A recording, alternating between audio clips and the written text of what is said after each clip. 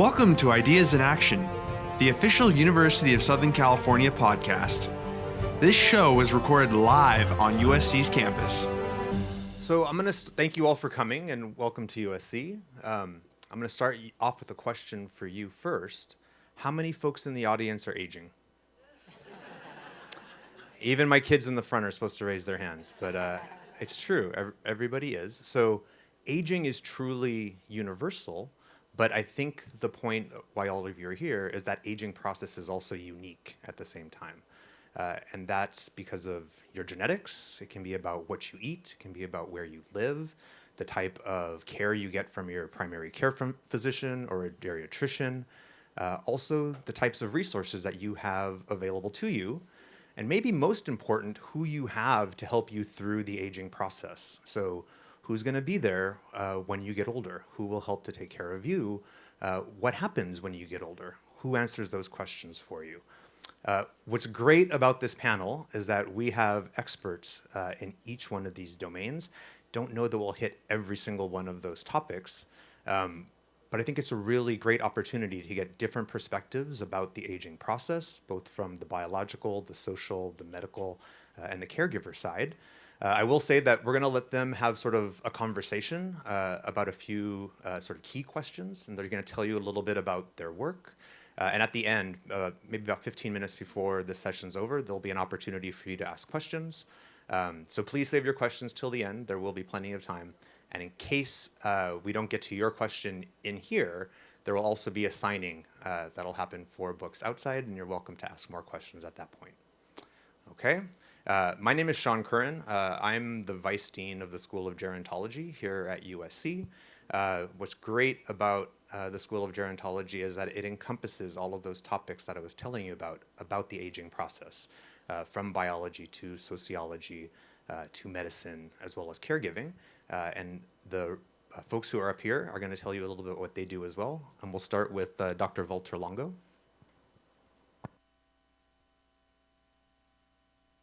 Thanks, Sean. So I'm Dr. Longo, Professor of Gerontology here at USC, and I've always done aging research since I was a second year in college in Texas. I'm from Italy, and so we're very interested first in the genetics of aging. How do you make a simple organism live a lot longer? How do you make a mouse live longer, healthy? And then in the last 15, 20 years, we've done a lot of clinical work. So how do you make people live long and healthy? And so that's what we're focusing on, sort of taking the basic research and applying it to humans. Particularly, we focus on nutrition and how nutrition and fasting affect the genes that regulate aging. And more recently, that affect rejuvenation, right? Is it possible to turn the clock a little bit back? You're not going to make old people young, but can you make them a little bit younger than they are biologically? And that's what we focus on.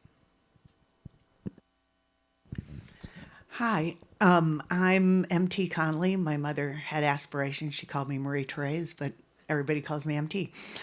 I am a recovering lawyer. I started off my career at the Department of Justice, where I was approaching aging from the very other end of the spectrum, looking at what went wrong, initially what went wrong in nursing homes, and trying to bring big cases against nursing homes that abused and neglect residents. And then it became clear that there were much bigger things going on relating to aging and the lack of decent or sufficiently decent options.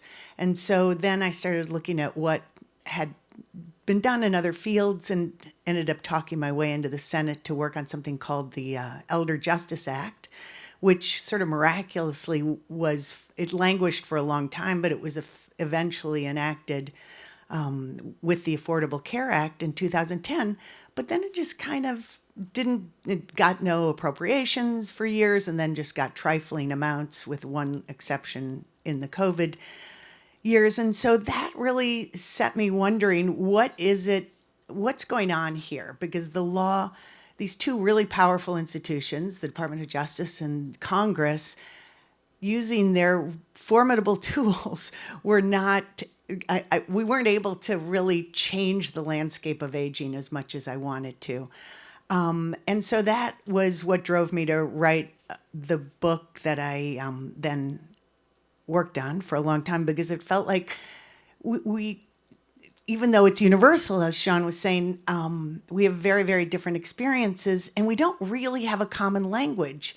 And a lot of people are aging. A lot of people feel like they are either failing at aging or failing at caregiving, when in fact we're being failed by society's institutions often.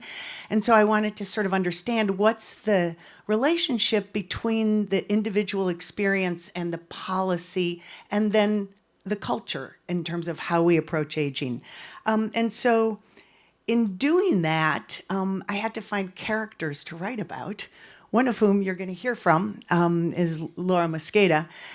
So I had, several different people who I followed. And one of the things she was really an extraordinary person to write about, because a lot of people approach their work with absolute confidence. And Laura brooks some doubt. And one asks constantly, like, is this the best way to do things? Which is really interesting also as a narrative device. And so in addition to being a pioneer, she also really changed how she approached her work. And so that was that was a gift to get to follow her around for a very long time. And with that, and the one other thing I think that I'll say about writing about aging for me is that, there are all these epic stories in the quotidian details of people's lives, both when things go well and when things don't go well. And there's a lot to learn from it if we can bear to look at it more carefully. And I'll just mention also that MT was recognized for her work with MacArthur, what they call the Genius Award as well. So I'm a professor of family medicine and geriatrics. I'm an MD, and my primary specialty is family medicine, which in my secondary specialty is geriatrics, but geriatrics is really what I do. As a family physician, I learned about something called the biopsychosocial spiritual model, which I think applies really well to care for older adults. So as a clinician, my interest is in how to provide medical care that is both congruent and supportive of what people's values, goals, and wishes are as they grow older. But mostly now I do some teaching. I work with the National Center on Elder Abuse, but really my career in terms of research and education has been devoted to understanding why some older adults get exploited, abused, neglected, and what we can do to not only stop it, but what we can do to prevent it. So that is where most of my work is now. Hi, everyone. I'm Paulina Milana. I definitely was not born yesterday, and I cannot be given things because clearly I break them. I hope that's everyone else's too, but I am, at my core, a storyteller. I started out as a journalist for a major daily newspaper in Chicago. I always wrote other people's stories. And then I started writing my own story, which has to do with family caregiving. So I'm on kind of the other side of the fence. My mother and my younger sister both were diagnosed with paranoid schizophrenia, and I became their primary caregiver in secret, right? So everything that I was doing publicly, everybody thought I had my stuff together, and inside, I did not. So 2 books, I have 6 books published. 2 of them, Committed and the S Word, are about my personal family caregiving experience. I have come on board with USC for their Family Caregiver Support Center, a great place if you have not tapped into it. And the reason I'm here is because I had gotten a grant for a book, a collaborative effort, 22 family caregivers, each authoring a chapter of what it's like to actually care for someone who can no longer care for themselves, the Caregiver Chronicles. So that pretty much sums up who I am. Fantastic. So I'm going to put Dr. Mosqueda on the spot because she was underselling herself also. At one time, she was dean of the medical school here at USC and really highlighted how much work needed to be done for older adults, for their care, for their well-being, and just for healthy living.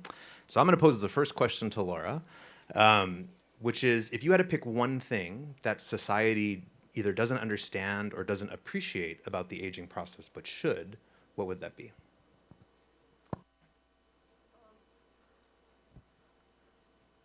I think that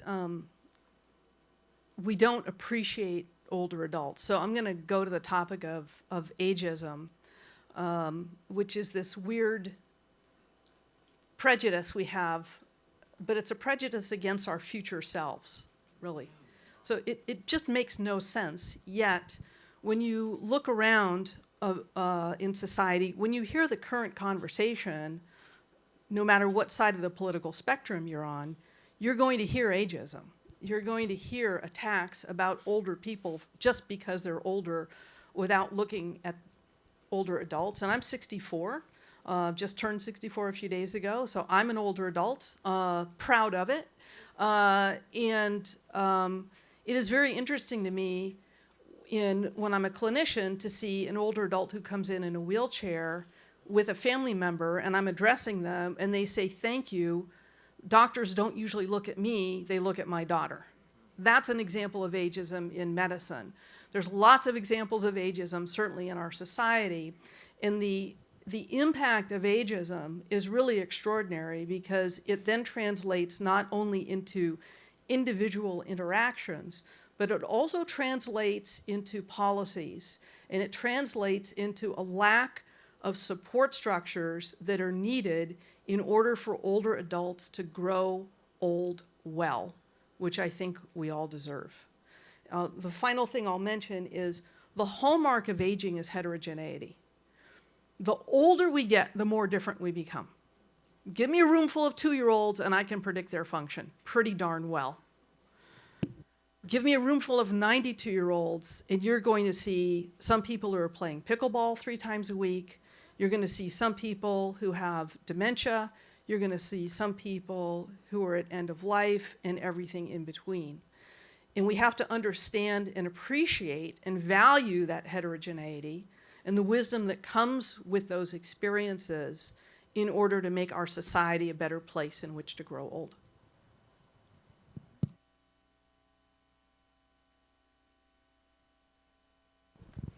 Sure. So I echo what Laura said. I think that our bias against aging is really very damaging. There's data by an epidemiologist at Yale named Becca Levy, who did a study showing that people who have the most positive views of aging live on average 7.5 years longer than people with the most negative views on aging. And there's also huge cost, with huge excess costs to our health systems. But I think the thing that Laura said that's really important is it dehumanizes us and it dehumanizes other people. And so the shame and the denial and the fear and the disgust that we associate often with aging takes a huge toll and then it kind of seeps into our systems. So if we think about our long-term care system, which we really can't even call a system because it's so broken, I think one reason for that is that we tolerate it because most of the consumers are older people. And so we have really closed our eyes to fixing those systems. And that is across the board. We have our society is largely unprepared for aging. And that was, it was one of the things that drove me to want to write, because I think we're unprepared in terms of the health system, long-term care, financial systems, legal systems, but we're also unprepared to take advantage of the really good stuff, because what happens is that bias sort of clouds us. And it's weird because older people have disproportionate economic and political power in our society, but we all know that old and proud is not a thing, right? Like nobody's feeling that. And so the feelings that we have about those negative feelings that we end up absorbing into ourselves and excreting back out into the body politic do a ton of damage. And, the way I've thought about it is we want to get old, but we don't really want to be old. And that's that's pervasive in the culture in a way that we can take on. I mean, we have taken on other kinds of biases. So we first need to be able to recognize it, and then we need to start figuring out how to do something about it, both in our own minds and hearts, with our communities, and then in our culture.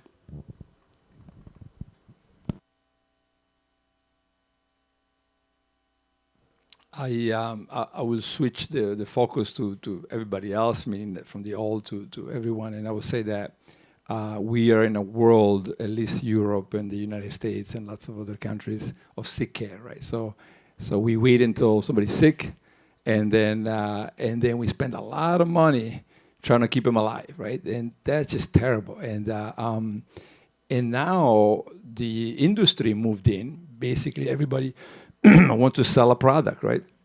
And a lot of these products are food products, right? So now you have 75% of Americans and 60% of Europeans overweight and obese, right? That's crazy, right? 100 years ago, nobody was overweight and obese.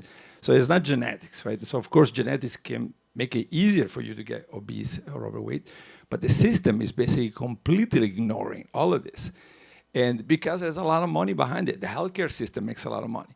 The food company make a lot of money. Everybody, the drug company make a lot of money. So I think, and if you look at nutrition and lifestyle reimbursement, non-existent, right? The nutritionist, dietitian don't get reimbursed for following people and saying, let me help you have a healthy lifestyle, right? The only person that gets reimbursed is the doctor, right? And the doctor took, if lucky, one course in nutrition and forgot about it, right? So because, most doctors did not just come out of medical school. And so basically the system is set up to keep you on drugs, right? So in A and B treat aging, right? So we know aging is at the center of many of these diseases. And if we take mice in the lab, and based on what you give them to eat, you can end up with 90%, 95% of them sick and dying of a disease, or less than 50% sick and dying of a disease in entire life, and living 40% longer, right? So you can revolutionize the life and also the health of a mouse. And now we know we can do the same for people.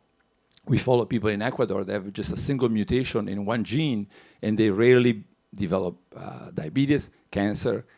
Now we're about to publish about cardiovascular disease. Cognitively, they're much younger than everybody else.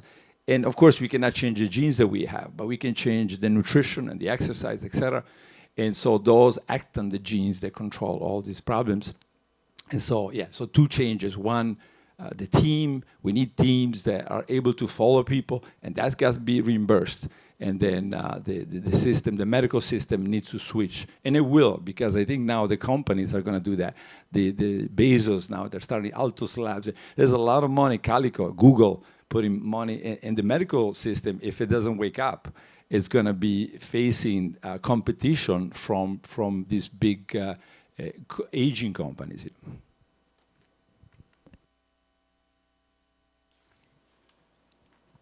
So I will flip it from all of these research-based and brilliancy that's to my left here to basic storytelling. I think people in general, seniors, anyone who has a disorder of any kind, we're devalued, right? We're labeled with whatever it is that we can see. It comes to the forefront. So how many of you have seen programs like most recently The Golden Bachelor, or right? I know they got divorced, terrible, but let's not go there. But Grace and Frankie, right?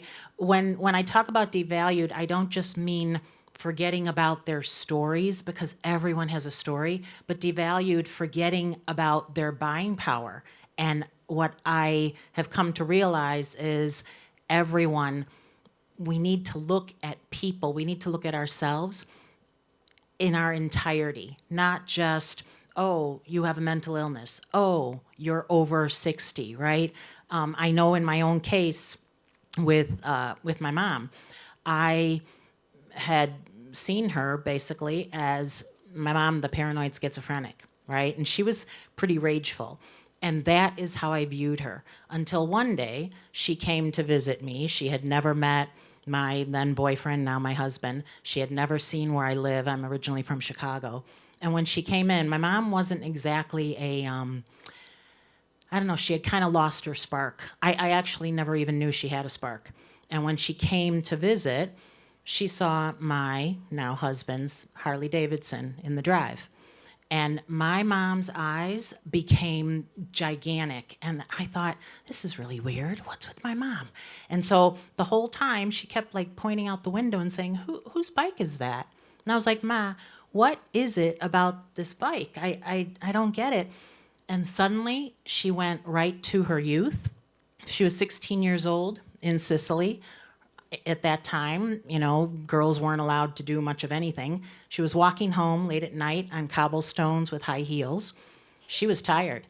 A boy came by on a motorcycle and offered her a ride.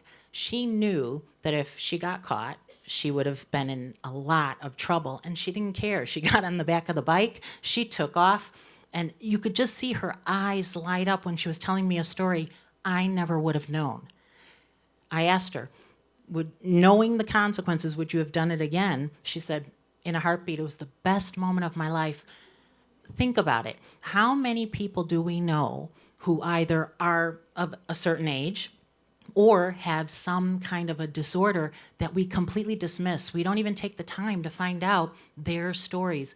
Everyone has a story. And I would say, you know, when we're talking about things that we don't really recognize or pay attention to, I would say it's that. Find out people's stories. There are so much richness there, so much to learn from those stories. So I'm going to follow up on the story idea because the book that you're here to talk about, Caregiver Chronicles, is an opportunity for caregivers to tell their story. And I think your example from your mom is a very powerful one. Maybe you can tell us how the process of either communicating those stories or writing them down as actual therapy ends up benefiting or promotes what we're talking about here, living well and living longer. Yeah, absolutely. It's interesting, the Caregiver Chronicles. I will tell you, I didn't know what I was embarking on when I took it on. How many of us in life, you do something, you're like, wow, this sounds like a really great idea. And then you're in it and you're like, what in the world was I thinking, right? So that was kind of the book. I had gotten this grant from the Pisern Foundation, and they specifically wanted creative people to work with people over a certain age in some creative endeavor. And I work as a book coach. I help people turn the stories from their lives into books. And so I talk to so many people with great stories, but they die with those stories in them. And I thought, wow, this would be a great opportunity. So I connected with the Los Angeles Family Caregiver Center because a nonprofit needed to be involved. And it's funny because the foundation had said, oh, you'll be lucky if you get maybe 5 people who want to join. And 86 people signed up to do it. And it was a year-long process. 21 of them, the 22nd story is mine in here, came on board. And here's what was fascinating to me.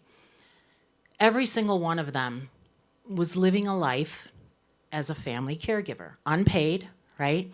Many of them had to leave their jobs in order to do it. They were living lives of obligation, 99% of them, putting themselves on the back burner so that their loved one could actually function, survive, have a great quality of life. In doing that, they stopped living their own lives, and in doing that, turned out not to be the best resource for the very person they were trying to care for, right? So it's kind of like this vicious cycle. And what was fascinating too was every single chapter, so 21 authors, each one took on a chapter, is a family caregiver of a different sort. So there is one who is caring for a granddaughter who has bipolar disease. There's another who everything was going great, married the love of her life, and he had early onset dementia, right? There's a mom with a son who was just knocking it out of the park in the entertainment industry, gets into a motorcycle accident, and now she's feeding him, right? So many different stories, and all of these stories are connected because the person really wants to do what's best for their loved one, but there is no playbook. There is no, one size fits all, and honestly, there is no permission to even feel all the feelings that come with being a family caregiver, right? Everything from love to hate to shame to regrets, all of it. So this book has so many golden nuggets that we all can learn from. When I came on board to USC, Dr. Benton, who heads the LA Family Caregiver Support Center, I will never forget, she introduced me to a quote from Rosalind Carter, the former First Lady, and she had said, everyone either has been a family caregiver, is a family caregiver, will be a family caregiver, or will need a family caregiver. So it's every one of us. And the more that we have stories like these to learn from, the better care we can take of ourselves and our loved ones. So you mentioned food, and so I'm going to head down to Dr. Longo again, because I think nutrition has multiple facets in the aging community. One, as part of the family structure.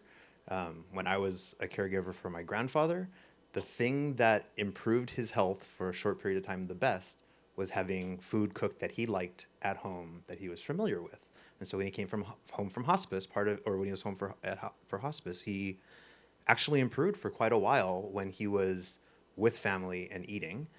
But I think what's difficult, or what I think was remarkable that Dr. Longo has done, is try to think of how do you design a diet that promotes health. And Dr. Mosqueda mentioned one of the key things about aging is that it is diverse, right? That the process is not uniform. And so I guess my question for Dr. Longo is, how do you design nutrition knowing how that it is, one, diverse, there's a lot of components to it, but so that it can be healthful for the individual? So about 10 years ago, we published a paper. We looked at the enhanced, the CDC database, right? And then we looked at people in the United States that ate a lot of proteins and people in the United States that had very low proteins. And then it was Morgan Levine was the first author. And she came back and said, it makes no difference. People that have a lot of protein, low protein. I thought, it's impossible. We have so much research in basic organisms showing that that's at the center of aging regulation, with the hypothesis that low protein was good for you, and low, even one amino acid containing the protein called methionine, was bad for you, and you had to have low levels of it. And then I said, go back and reanalyze the data and divide it by over 65 and under 65. And she came back and said, you won't believe it. Now, cancer mortality risk is up fourfold in the people that have high protein before 65. And overall mortality is up 75%, right? But if you go to over 65, it turns around. This is why we didn't see anything. The 80-year-olds reporting low protein intake were doing very poorly for cancer and overall mortality. And the ones reporting moderate to high, they were doing very well. So, yeah, so I think that, and then we started looking at centenarians around the world.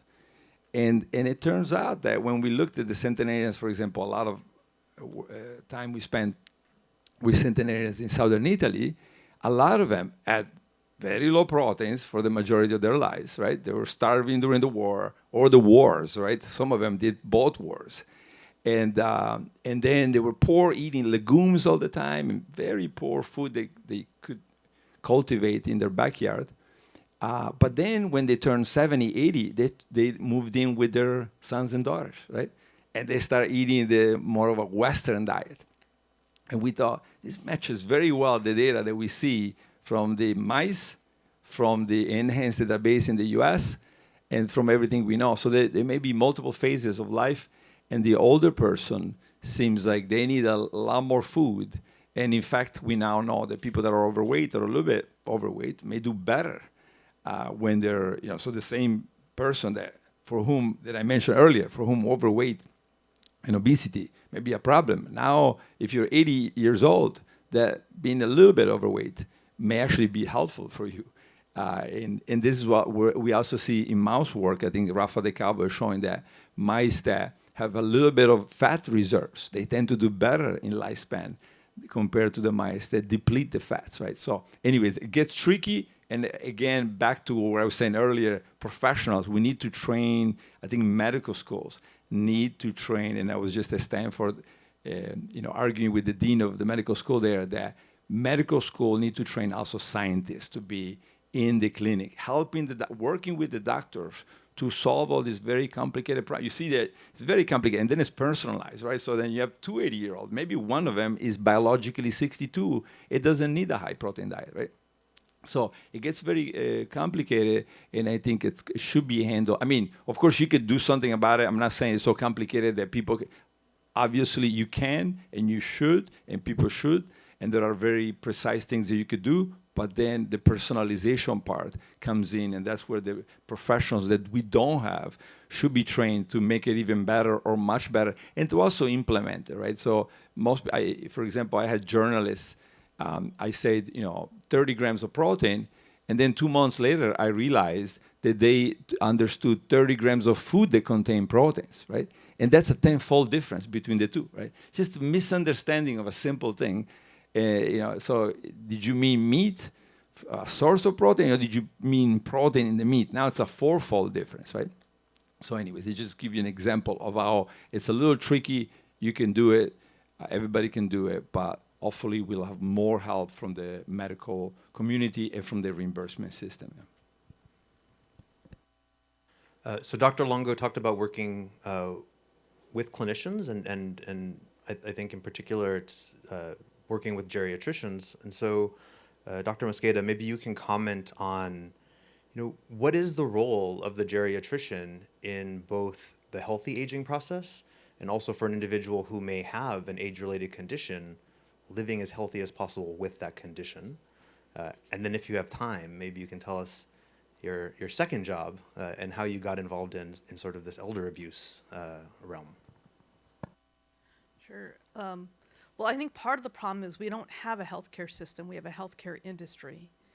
And because of that, it's hard to provide the right kind of care that we know people need. And I think one of the things that's really important about MT's book is it pulls the lens back to help us understand what's going on societally and in terms of these different interests and what we need to do to get past it.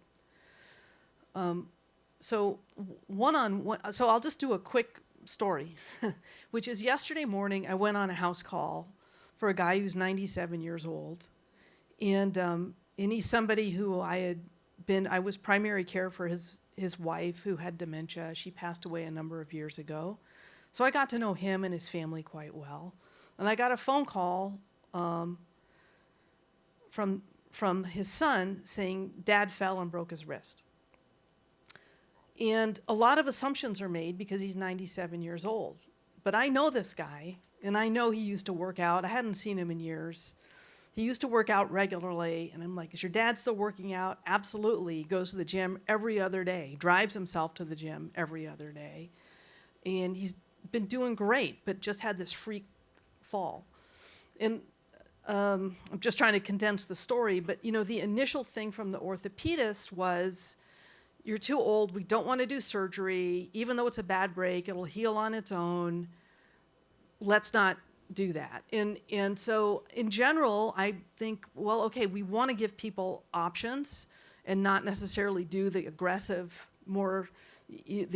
fancy thing, but he wasn't given an opportunity to weigh in on it, really. A decision was made for him without understanding what was important to him. And this guy is aging in a very healthy way. So we went through a conversation, involved the orthopedist, and really his fastest way back to what is important to him which had to do with working out, socializing. He's met a really great woman who he wants to continue to see. His fastest route back to that is surgery. And so he's going to be surgerized on Tuesday, and that's what will. But we weren't involving him and his family in the conversation. We were making assumptions and not individualizing things for him. So that's one comment. And then Friday evening, as I was on a different house call that had to do with abuse and neglect, completely different story. And this is where we get into issues about this person has a dementia, and so basically all of his rights were being taken away from him, and the administrator of the facility where he was got power of attorney for finance and for health care. He didn't even know he was on hospice. He was signed up for hospice. So there's like something evil going on with a whole bunch of different people there. But who's getting blamed? The two women who work there, who had nothing to do with any of this. It has to do with a whole different level of things. And this gets into, again, something else, and maybe I'll toss it over to MT after this, which is what you've framed as autonomy versus safety. So it's people looked at as either, well, he's got Alzheimer's disease, he can't make any decisions for himself anymore. Wrong. Yes, he has Alzheimer's disease, but when I talk to him, he's very able to tell me what's important to his life, what brings him meaning, who he trusts. And so just removing all of his rights as it was done made no sense.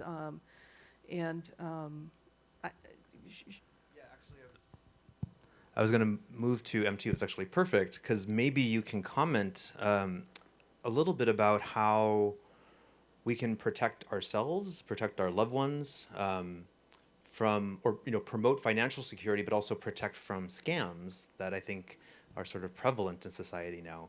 What should we be thinking about? Well, it's no secret that AI and all sorts of tech are coming for our money, your money, everybody's money, but especially targeting older people, and can be much more sophisticated in how they do that targeting. And actually, a lot of the data relate to look out for this scam. There are romance scams, and there are IRS scams, and there are Social Security. I'm sure all of you have gotten the calls too. What we don't really do very well is help people defend against them. And the data, the researchers really have not paid enough attention to what works in terms of prevention, what kind of messages, what kind of training, how do you stop the money before it leaves the system. And that is, I think, part of a broader societal failing, which is what Walter was saying too, which is that we approach problems by reacting to them. We wait until the trouble has happened, until the suffering has happened, until the tears have been wept, and then we say, oh my God, look what happened. We're going to prosecute, we're going to treat, we're going to report, we're going to do whatever. We're really bad at prevention. So I think as a societal matter, we need to move upstream. There are also these autonomy safety issues that Laura was just alluding to. Older adults have the right to make decisions for their lives, to chart the course of their lives. And it can get tricky in the face of cognitive decline. And that is particularly true with financial issues because, this is a lawyer on medicine, but that there's something called financial capacity. And there are data indicating that people in the 8 years before a dementia diagnosis, many people lose about half of their net worth. And so often there's some kind of deterioration in financial decision-making that we don't understand very well and can't protect against very well. And so what does that mean, though, in terms of our individual selves? We don't have great tools as a society. We have what are called powers of attorney, which is basically just a contract you sign saying somebody else can make decisions for me. Or if you don't sign a power of attorney while you still have cognitive capacity, then you're stuck with a guardianship where you have to petition a court. Both are very flawed instruments, and they're really all we have as a society. So we need to do much better job in figuring out how to, how to create the legal instruments that better fit the needs of an aging society. We also need to give people better tools in terms of how to balance autonomy and safety, because there's data suggesting that if you override people's rights, that the outcomes are generally pretty bad in terms of both physical and mental health.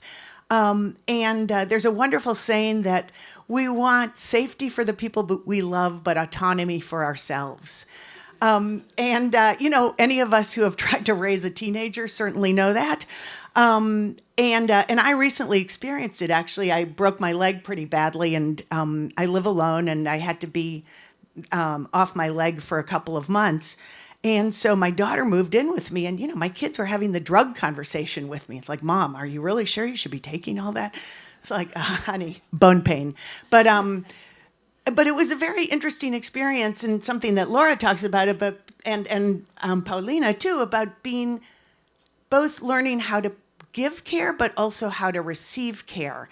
And then, as Paulina was talking, just to raise the lens one more time, in terms of caregiving, because we have not prepared well as a society, there are more than 40 million family caregivers. That's more than the population of California. And we provide, in California, there are at least a few caregiver support centers. In most of the country, there's almost no support for caregivers, who are often running pop-up ICUs in their living rooms. I mean, it's just a wild amount of work. And so, and as a group, caregivers have almost no political clout. It's very invisible work. And if we don't help caregivers more, there's going to be trouble. Laura's group just did an amazing study showing that if you help caregivers of people with dementia, that the rates of abuse go down to 0. And so we know that it's important to start helping caregivers for all sorts of reasons, not the least of which is what Paulina talked about in terms of the impact on their health. So in any event, and I'll just say one more thing, which is that we have this weird longevity paradox. Like the work that Walter and Laura do clearly help promote better health and longevity. And that's really important. But as a society, we've paid way more attention to how to live long than how to have quality of life in the years that we've gained. And we need to start writing that balance and figuring out how to help people navigate longevity. And aging isn't just an issue for old people, it's an issue for all of us, because it's, whether we're caregivers or whether we love caregivers or whether we're trying to figure out how to protect against, financial exploitation. So I think we need to really reframe how we think about aging, to think about it as an issue for everyone, and that our policy failures are cascading through the generations right now. Add just one thing, $600 billion. That's how much unpaid labor family caregivers are gifting, right? We need a solution. We need something proactive, because it's only going to get bigger. So before I open it to questions from the audience, this might be an impossible task for our panel, but if you had to only pick one piece of advice, one thing only, that you would share with a family, society, an older adult, a caregiver of an older adult, you pick one piece of advice, what would that be? What's the most important thing people should know? Paulina. So one piece of advice, don't go it alone. Silence suffocates. The more that you try to do it all yourself, the more that you kind of isolate yourself, whether you're the caregiver or the senior or the person with the mental illness, the more you are going to end up down a bunny hole without any way to get out.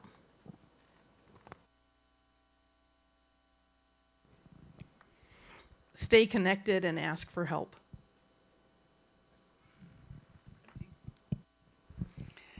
So this was, for me, the biggest revelation in my research, and the biggest surprise, and it's changed how I live, which is not to lose track of meaning making. We get really occupied with the puzzles and the complexities of aging, And so we end up losing track of what matters most. And I was really shocked about the data on this because the data are really very powerful. So there are 5 steps that I have come to think are the things to keep track of. And they've been mentioned. One of them is to stay connected. And there's really amazing data about love and connection and the primacy of that in our lives, both in terms of expanding well-being, but also in terms of protecting us against bad stuff.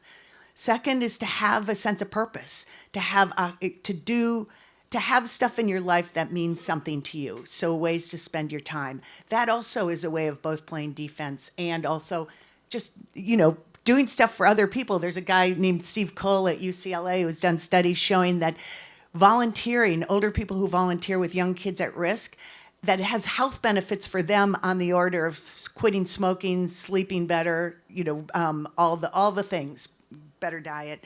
The third is creativity and curiosity and awe. And I've been finding this in my own life. Like there's this, to think about life in a more expansive way. Like as we grow older, it's a really wonderful time to do that. Then there's awe, like the things that make us feel small in the world, like a night sky, or most recently the eclipse for those of us who were in the path. Ironically, the things that make us feel like we're part of the great flow of humanity also are really good for our health, because I think it kind of turns down the noise of the ego and we get to feel at one with everyone and everything. It sounds hokey, but it really is very, very powerful. And there are actually studies at Hopkins on using psychedelics to do that same thing. And then the 5th thing is storytelling. And Paulina, I think, has talked about this a couple times. And, we have to make sense of our lives in some way. And all these random things happen to us over the course of a lifetime. And so how we make sense of ourselves as human beings is by storytelling. But it's not just a solitary thing. It's also something we do in conjunction with other people, so that the bits that we have in ourselves, when we talk to other people and ask about the stories of older people, which we do too infrequently, then those bits resonate into a new shared story. And that's a really powerful, it's a powerful tool of change, as well as of changing ourselves and transformation, as well as changing society. It's my turn. I think the answer is so complex and personalized, as I mentioned earlier, that, and I always think, somebody needed knee surgery. It probably take a couple months, right, to find the surgeon, the center, investigate. Where did they go to school? How many surgeries they do per year? And they spend a lot of time. They say, okay, I'm going to maybe go to 3 different ones. So I would say that my answer would be pick a few people. Take your time and pick a few people that are true experts and in whatever it is that you're trying to figure out.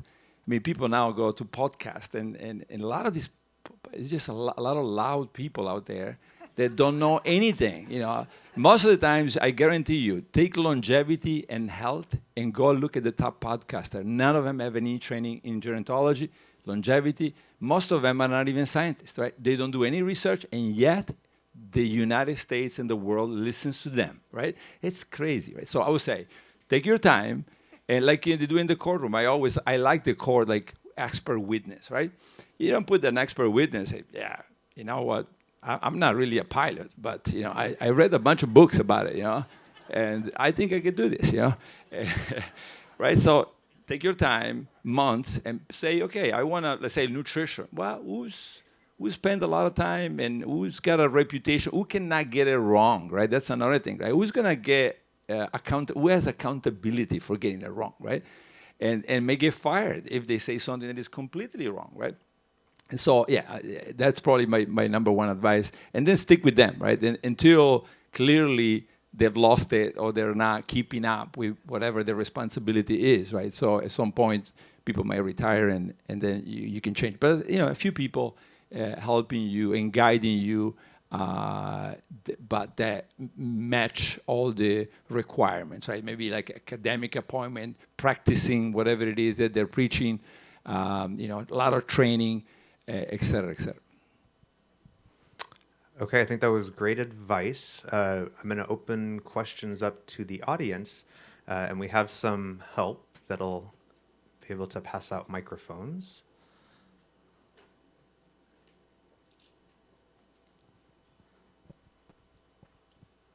Maybe we can start right here in the front. Hello, thank you. I've been riding a motorcycle since I was 15. I'm now 65, and my wife has great concerns about my riding a motorcycle. It gives me great joy, and there's an old saying, you never see a motorcycle parked in front of a psychiatrist's office. So how can I assure my wife here that it's safe?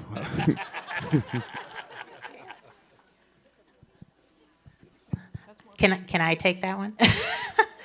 So my husband and I have had this conversation numerous times. He is 63. He is just launching his first album, something he's always wanted to do. He's got hair down to here, the tats, the Harley, all about it.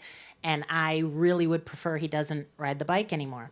That said, and I hate to say it this way, but I have come to embrace the fact that it means so much to him and he feels so alive while on it that if, God forbid, he loses his life while on it, he loses his life doing something he loved. And I would think we'd all be happy to have that happen. And I know that's horrible. Isn't that a terrible piece of advice, right? Wait for him to die, he'll be happy, right? No, that's not what I'm saying.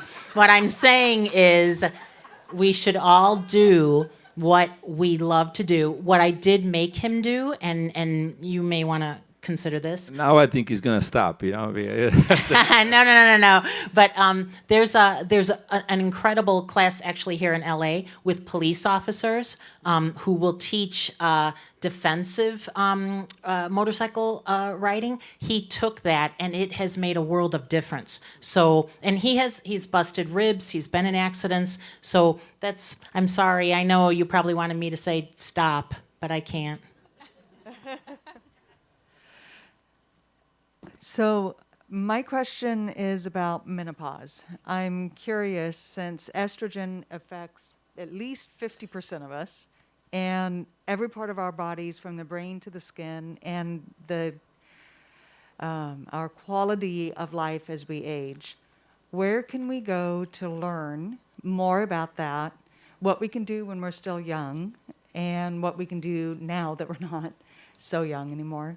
And so where can we get information, and how the heck can we get insurance assistance? And please don't just say go to your PCP, because I don't think they've been trained. I don't think they know. I don't.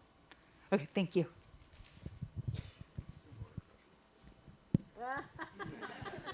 We'll turn to the clinician. Yeah, everybody's staring at me. I'm just trying to clarify. You're asking where to go for advice regarding menopause? Is that the question? Or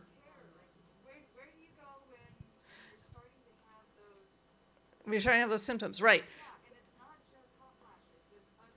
I know that there's other things. I'm 64. Did you not hear that? Yes. I've been through menopause, right? I've had to run out of meetings during a hot flash. I get it. And I think there's really increasing awareness now of the effect it has on women in the workplace. And it can't be my mother because she's passed away. So there's She's here all week. There's a lot of work going on in terms of the impact of menopause, but I think this really gets back to what Dr. Longo was saying earlier, is you want to seek out the credible. There's a lot of snake oil salesmen out there, and so really seeking out people who have a credible background, who have, pardon me for mentioning this word, science behind them. And then being able to have that conversation. And there actually are multiple places. It might not be with your PCP. They may or may not know about this. But there are usually places within either academic institutions or places that have been set up with people who really know the science behind this and are able to apply it. Because part of what we need to do when we're applying science, and we can take these articles, but the articles were are based on data from thousands of people. The question is, you're one person, so how does this apply to you? And one of the things we really need to do very carefully, especially with aging, is apply evidence to this individual person in front of me and understand how it may or may not apply to them and how, again, it works in terms of their values and goals. And it looked like you had something you wanted to add. Yeah, no, I just wanted to say that USC has been thinking about this, but hasn't done much on it. But there are a lot of clinics now that are moving in that direction, right? 360 care for longevity, how to keep somebody, and certainly hormone therapy and all of that is at the center of what they do. But I'm afraid that they're not quite developed yet, and most of them, and we don't know which ones are good and which ones are not. But I would say the way talking to a lot of people about this, there are a lot of them popping up very rapidly, and they're starting to have really good people involved with them. There's, for example, one called Life Fountain, right? And there's some people from Stanford involved, and now I'm not advertising for them, but I'm saying they're moving exactly in that direction. Come in and we look at everything that involves you, and let's see what plan we can have. And that's what I was saying earlier, right? So if the universities don't keep up with this, and we have this system of go to the cardiologist, and the cardiologist says, well, I'm not sure what to do about that. We'll try the gastroenterologist. And that's how it is right now. And it takes 4 months to see the gastroenterologist, right? And then they're like, oh, this part is not reimbursed. That's the system right now, which is just ridiculous, right? But I think, so these companies are now starting to say, we see how bad the system and expensive it is, and can we help you, right? Because, yeah, obviously, there's a lot of moving parts. And, the estrogen, and then you have the cancer, and so it's complicated, and I think that I would say no more than 5 to 10 years, you're going to start to see high reputation competition for USC, unless the USCs and the UCLAs of the world don't, catch up. Yeah, and Walter made a really good point and he brought up with cancer as well. So precision medicine, as it exists now, probably the best example of it is targeting a therapy for a specific cancer that you might have, right? And there's really, really great success and new innovation in that. Apply that same principle to the aging process, right? So precision longevity or precision aging is what you're asking about, and that there's not a one-size-fits-all shop. There's not simple advice that we can give, but imagine how complicated it is to design a therapy for one cancer and apply that to your life, right? And so it involves more than just medicine, more than just your health, but support systems, geriatricians, who's available in your community, what resources you have. And we have time, unfortunately, for just one more question in here, but again, there will be a signing outside, and you can ask questions of our panel then. Two-part question for Dr. Longo. Nutritional, comment on, if you would, on the benefits of intermittent fasting. And then I'm also interested on your perspective on supplements, which are a multi-billion-dollar business in the U.S. And I guess I'm Exhibit A. I take a bunch of them, NAD and mushroom tinctures, and often I wonder whether it's a placebo effect or they're really working. Yes. So intermittent fasting, first of all, I think it's good and bad, meaning that there is a lot of data on breakfast keeping that goes back 30 years. We heard the latest one that was presented at American Heart Association showing that people that fast for 16 hours have a 91% increased risk for cardiovascular disease. But this really follows a lot of data on breakfast keepers who consistently have done worse, at least at the association level. Meaning, like, if you look at Americans that skip breakfast, they die earlier with more cardiovascular disease, right? But what I've never argued, and another thing is gallstone formation. Those that fast for 16 hours, they tend to have a lot more gallbladder operations, right? So stay away from the 16 hours. But the 12 hours, I think, is a very, very solid practice, right? 12 hours of fasting, 12 hours of feeding. And I've never seen a negative study. If somebody has it, I'd like to see it. And I've never heard a doctor saying, no, that's bad for you, right? So say 8 a.m., 8 p.m. Now, it may seem like not fasting at all, but it is, because Americans now are eating on average for 15 hours a day. So bringing it back to 12 and keeping the food about 3 hours away from your sleep time. That seems to be very important. And again, no controversy about this. Now, the other one that I preach, but I'm very biased, is the periodic fasting mimicking diet. Let's say 2 or 3 times a year for 5 days. Now we've done 30 clinical trials, actually, or we, meaning lots of different hospitals around the world. So that's something that we recommend for lots of people, but not necessarily everybody.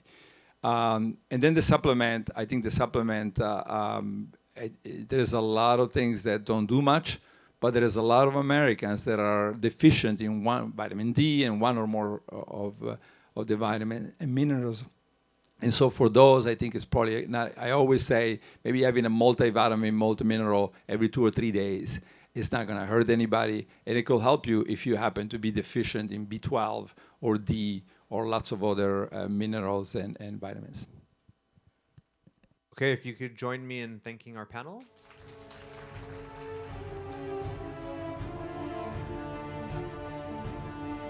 Thanks for listening. Be sure to subscribe to our podcast and visit us at podcast.usc.edu.